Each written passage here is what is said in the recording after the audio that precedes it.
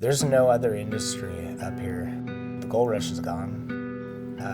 The salmon fishery is a fragment of what it used to be. The crabbing fleet wasn't able to fish this year. All the timber companies are shutting down their mills. We do not have another industry up here. The studies say it's a $1 to $4 billion industry.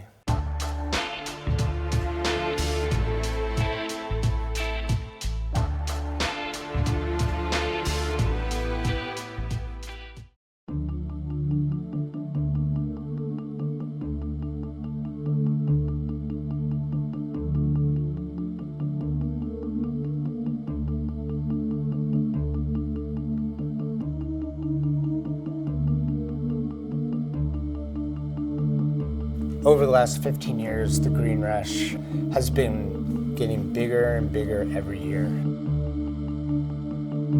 A lot of the people are from out of the area and don't have any idea what the ecology is of the area. So you had a lot of bulldozing and clearing for these farms and greenhouses that was done wrong. These clandestine grows can range from anywhere from over 100 to I've seized and cut down 13,000 plants in one day over a large area. They're clear cutting the area that they want to grow in.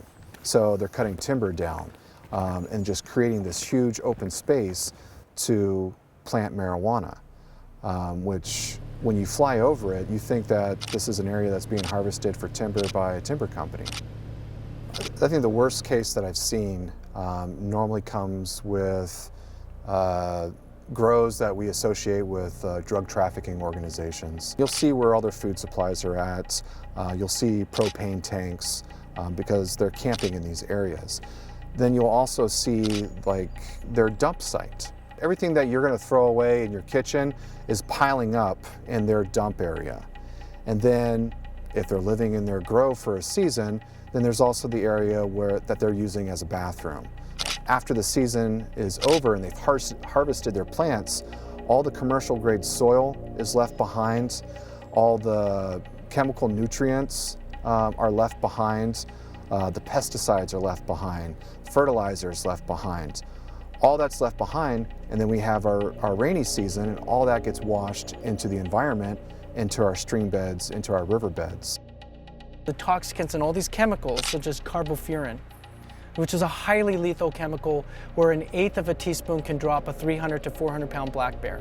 These chemicals, we find gallons of it. You find substances that have been banned for 20 years in the US on those sites. Farmers are siphoning water out of the creeks with little to no regard for its impact on salmonids or amphibians or anything like that. We've had streams going dry across our region. You put 10, 20, 30, 40 cultivation sites all diverting from that limited amount of water, and it gets used up. There's also sediment. They're building ponds, and these ponds can fail, and this huge amount of sediment goes into our salmon and steelhead stream. It's disgusting. It hurts your soul.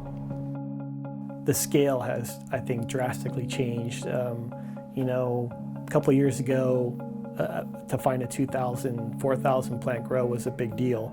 Last year, that was kind of the average. Things have continued to grow every year, and we keep thinking this has got to be the biggest year. This has got to be the biggest year, and we don't see that any kind of reduction or slowing of the green rush. Well, for us, the other farmers who weren't doing these things, who have a conscience, for a couple of years there, it was really hard because all farmers were getting painted with this brush, and that's absolutely not the case. If we get farmers to enroll into the program, then we can get them out of the deepest areas that most impact wildlife, because now they don't have to hide in the middle of the woods. People can now be granted permission to be legitimate medical marijuana farmers in Humboldt County. You have more conscious people that actually are growing organic, and you see those things, and that's changing rapidly. You're seeing a lot more people that are trying to cultivate in a more responsible way. Pretty soon this is all going to be filled, taken out, and then we have these blocks over here that we're going to have nice, like, clean, snug beds that will all turn into automatic little debt beds so that we can be nice and official and clean. It'll be workout for the new legislation. The way we're looking at it is people are trying to meet the guidelines. We want to already be better than the guidelines. Our guidelines are better. Our hopes and our standards for ourselves should far exceed what the guidelines or what the new legislation is going to set. Sustainable implies that you have a future, and that's really something that we haven't had as farmers. And so now you're going to see even a much greater surge in sustainability because now there's actually a future.